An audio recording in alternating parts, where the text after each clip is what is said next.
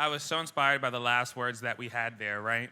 And so now we're going to invite Nat to the stage. And let me tell you something, I'm a little bit of a nerd. And one of the things I'm so obsessed with is how is it that we tell stories? How is it that stories are studied and bring life to social change and so forth? And so let me have my iPad get corrected.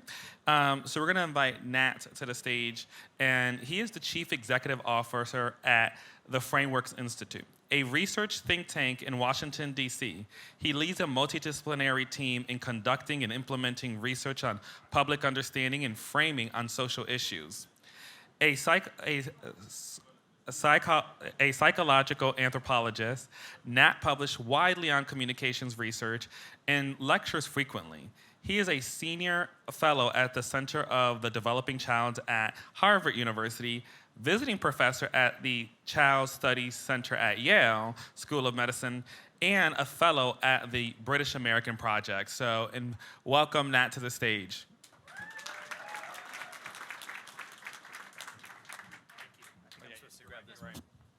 Hey everybody, how you doing? That's okay, we'll take it. My name's Nat Kendall-Taylor. I help lead an organization called the Frameworks Institute. I am a psychological anthropologist by training, and I have studied for the last almost 25 years now, the way that people use culture to process information and make decisions on complex social issues. And what I want to talk to you about today is the way that psychological anthropology, and particularly the ideas of cultural mindsets and framing, are largely untapped but potentially very powerful tools that we can use in our work to build demand and support for the kind of changes that are required to assure that all young people have what they need to be healthy and well. So I promise that everything that comes after these first two slides is going to be utterly awesome, highly likely to change your lives forever. But first, that was a joke. You got to laugh at the jokes. But first, we have to do a little bit of definitional work. So when I say framing, what I mean is the choices that we make and how we present ideas. And these can be big, really obvious choices. The values that we use to argue for why our issues matter: fairness, justice, interdependence. The metaphors that we use to explain how issues work. But importantly for us today, it is also in the smaller, more subtle, and seemingly insignificant choices that we make. It's in the pronouns that we use. And whether we talk about they, them, those people over there, or we and our people. It's in the verbs that we choose and how certain verbs can have power to extend agency to whole groups of people, and other verbs can systematically deny that. So it's all those choices, big and small, and how they affect three things that each and every one of us in this audience cares about, which is how people think, how people understand our issues, how people feel emotionally, how people do or do not connect and engage with what it is we have to say, and what people do, the decisions that people are or are unwilling to make after they've heard what it is we have to say. So I'm going to make this a little bit more concrete. I'm a nerd too, Sixto, wherever Sixto is. We're going to get a little nerdy for a second here. This is some work that we've done on early childhood mental health. It's a large online experiment, and here's how it works. There's 6,000 people in this experiment selected to be nationally representative in all the categories that you're thinking of. Each of these 6,000 people gets randomly assigned to one of three different groups. So people who get randomly assigned to the first group receive this value of collective progress and social prosperity. So they read about 80 words that's about a child mental health program, but that first line sets or activates this frame. They'd read something like, it's important that we do a better job of supporting children's mental health in this country because, and we wouldn't say it in such a cliched way, children are our future. Their healthy development is key to our ability to move forward as a country. People randomly assigned to the second group get this value of vulnerability, right? So the same exact 80 words, except that first sentence is different. So they would read something like, it's important that we do a better job of supporting children's mental health in this country because children are our most vulnerable citizens. They deserve our empathy and compassion, and we must do better by them as a vulnerable and at-risk population. The third group gets absolutely nothing. They're the control condition. They're the group against which we compare those messages. So what you're going to see on this next click are what I think are two gorgeous green bars are going to appear on the screen. And what those green bars are going to show you is the extent to which those two single sentences influence people's support for these policies. So you see two bars and you notice two things. So that value of collective progress and prosperity is increasing. It is boosting people's support and demand for those policies. The value of vulnerability is doing the opposite. It is depressing. It is decreasing. It is making people less willing to get behind those solutions when compared to no message. Now, the story gets even better or worse depending on where you sit in a subsequent piece of analysis where we looked at all the field's external-facing materials over a 3-year period. Guess which value we found to be the case?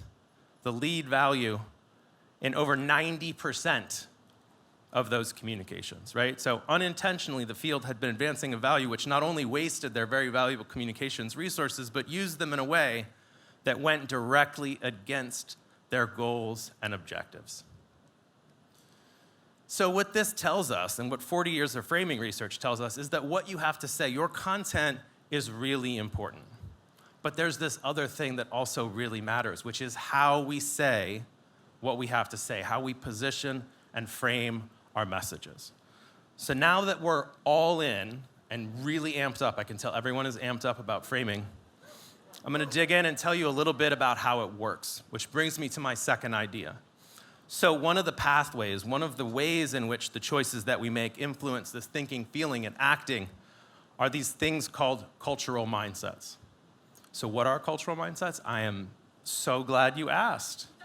So there's 4 features of cultural mindsets which are important for us here today. So first of all, they are implicit understandings, patterns of reasoning, ways of knowing that have their effect below the conscious level.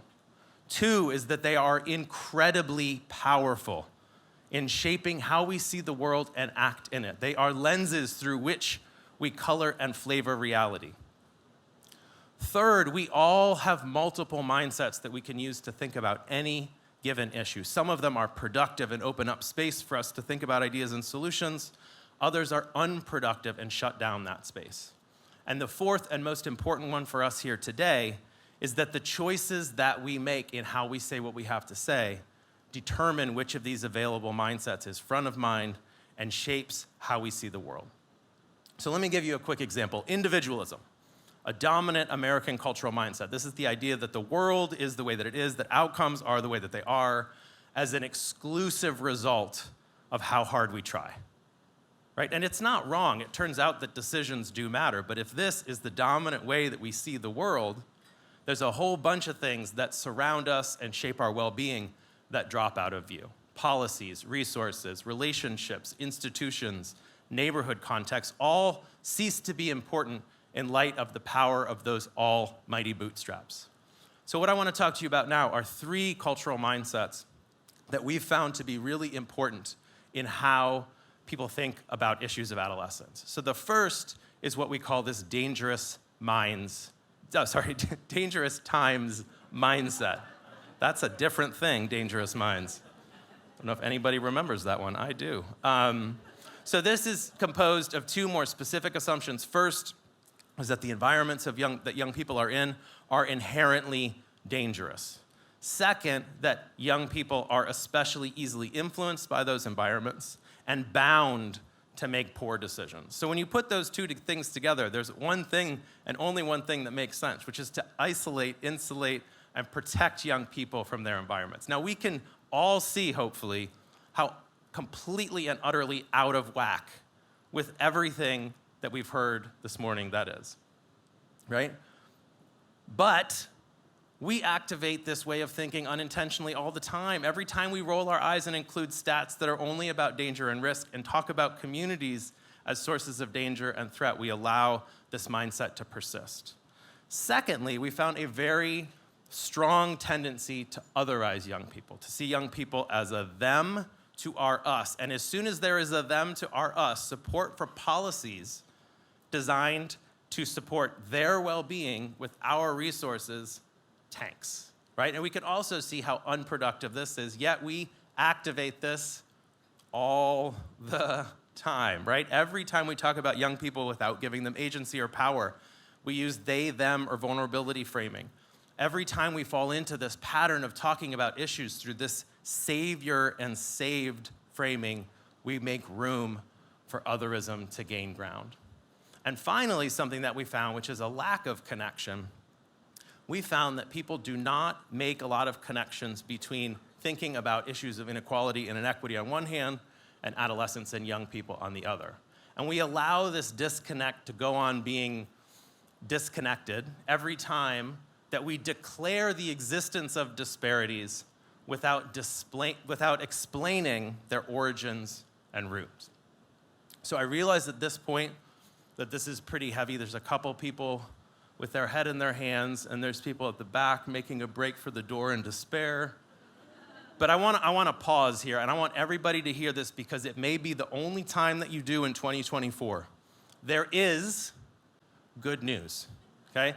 This is where the power of framing and the choices that we make and how we say what we have to say can influence and help us navigate those mindsets and do some shifting at that deep level. I'm going to tell you about 3 strategies that have come out of our work. So the first is the importance of counterbalancing that dangerous times kind of thinking by leaning in the other direction, by focusing on opportunity and potential and learning. Now remember that dangerous times mindset, it didn't get there by accident, right? It got there through a steady and heavy diet of eye rolls, of just make it through, of a discourse that is overwhelmingly focused on danger and risk and threat. And the way to counter this is to lean in and lean in heavy in the other direction and put it on repeat and in surround sound.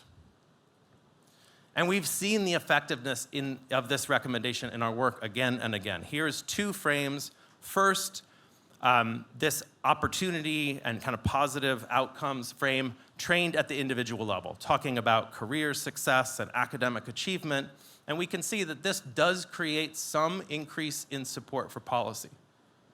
But we took that same opportunity and positive focused frame and we trained it at the community level. We focused on solving community problems, of creating vibrant and kind of cohesive neighborhoods. And this is when you see the most robust support for policy. Now, what this means is moving from unintentionally activating that dangerous times mindset to moving to a focus on opportunity that puts it at the community level and is very careful about avoiding cues for othering. Second, we found it was incredibly powerful and important to take on issues of inequity and inequality. This is key in navigating that otherism mindset. But the way that we found to do this was not by declaring the existence of disparities with data, but rather explaining why disparities are and how solutions address them. And again, we saw this powerfully in our work, taking first a message that lays out a set of disparities around employment outcomes and educational outcomes. And when you test this message, you're not missing it here. That's indistinguishable from 0, which is no message, which is not our goal when it comes to communications, right? Then we took those same facts and we added to them a short 2-sentence explanation about neighborhood segregation and patterns of disinvestment and how that shapes educational opportunities and quality. And this is where you get these robust and powerful messages that are able to boost and increase people's support for solutions. And what this means is moving from what you see on the left-hand side of the screen, so a focus on kind of declaring and laying out, calling out the existence of disparities, to something that looks more like explanation. And you should notice that what's on the right-hand side of the screen is not an extended dissertation, right? It is engaging at some level about how things work. And the final recommendation is the power of what we call a community connections frame. So this is in being really clear that what surrounds young people shapes them, but really importantly, that young people have the ability, the agency, the power to shape those surroundings. And we can turn up the volume and the effectiveness on this recommendation if we not only try to stretch people's understanding of people and place, but stretch time. So this means moving from what tends to be our focus when we talk about youth development of the always now and later down the line to talking about the right here, right now, that doing this matters in the lives of young people as young people. And what this means is moving from this kind of individual and always future focus to one that is dynamic about the relationship between individuals and communities and stretches that over time. So at the end of this, there are 3 framing recommendations that are incredibly powerful and important for us to make and become even more powerful and important when we make them together. So this means moving from this endless focus on problems and data about problems to one that is balanced and includes potential and opportunity. It means moving from declaring disparities to explaining disparities. It means moving from this individual success, always later down the line kind of a message, to one that includes a two-way connections between individuals and communities and makes that about now and later. And so I will thank you very much for your time. I encourage you all to frame on.